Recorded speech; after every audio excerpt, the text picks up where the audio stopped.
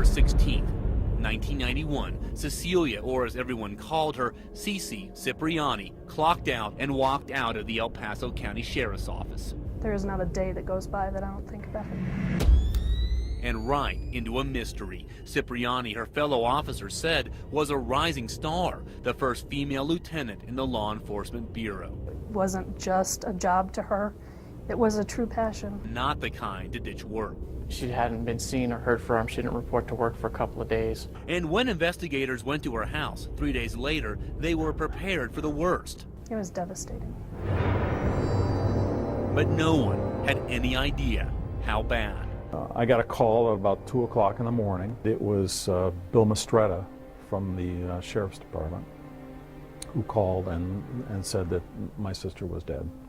The former murder detective, so devoted to her victims, had become a victim herself, shot 3 times, dead inside, still wearing her Sheriff's Department uniform. The first thought was she had come home from work probably and had had surprised a burglar in her own house. There was no obvious link to any of Cipriani's cases. It looked every bit the break-in gone wrong. A lot of the drawers were open and everything was just dumped on the floor, dumped on the bed. I mean, it was a big mess. But slowly, it dawned on investigators this case might be something much more sinister. Nothing from the house seemed to be missing, and Cece Cipriani, a veteran cop, hadn't even drawn her gun. In fact, she seemed to be sitting at her kitchen table when she was shot. One of the first theories was that she knew who it was that killed her. Maybe someone she knew, she was comfortable around. Police needed a name, and they got one, but not from the crime scene. I think their divorce was to be finalized like a week after she was killed. It was from the courthouse. Cece had a pending divorce, only 1 day from being final, from the man she married 6 years before, Colorado State Trooper Bob Benefield. Seemed like a great guy. And a good husband, according to Cece's brother, John Cipriani, who happened to be a criminal prosecutor himself. But by 1991, the marriage was on the rocks, even hostile. There were some issues with Bob and probably some faithfulness issues. Cipriani moved out into the house that was supposed to be the start of her new life, the house where she was killed. I knew what happened at that point. He killed her.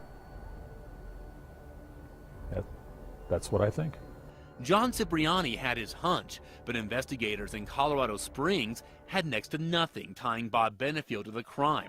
There were no fingerprints in the house, no murder weapon or witnesses. Nothing that has led us to an obvious suspect at this time.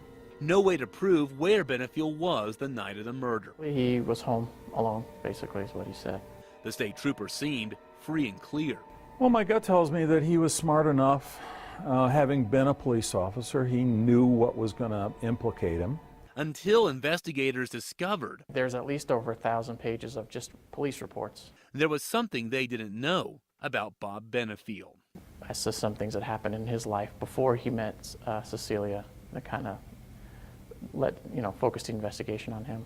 7 years earlier, in a previous marriage, Benefield left his stranded Jeep on top of the Monarch Pass, his 2 daughters inside. He was going, he said, to get water when the Jeep mysteriously rolled down the hill. One daughter was killed, the other barely escaped. Benefield reportedly had just taken out life insurance policies on both girls and the Jeep less than 3 weeks before the crash.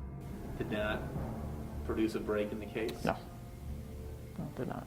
The Colorado State Patrol, where Benefield worked, investigated and cleared him in the accident, but it only added to the suspicion in Cece Cipriani's mysterious death, especially when Benefield sued in federal court for $75,000 in Cece's life insurance money, saying in his only on-the-record remarks he had nothing to do with Cipriani's death, and technically there was no hard evidence tying Benefield to the murder.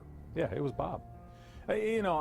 As a former prosecutor, I know the difference beyond knowing that somebody did it and being able to prove it beyond a reasonable doubt. To this day, no one has been charged in the death. 20 years they've gotten away with murder. In 1994, Bob Benefield left the Colorado State Patrol after another domestic incident with his next wife. We called Benefield at his new home in Texas to ask him about all of this, but got no response. Colorado Springs cold case detective Joe Mediatos is left to carry on the case of CeCe Cipriani, We're kind of focusing a little bit on the potential that it was a burglary. giving a new look at old evidence. Got to keep plugging away. It's what CeCe Cipriani would have done. This homicide is 19 years cold now, and there's very few of us left that actually remember her as the person, but their legacy lives on. The last thing CeCe Cipriani ever did was close out her shift. 19 years later, It changes you forever. they're still trying to close out her case. We owe it to them to bring this case to a closure.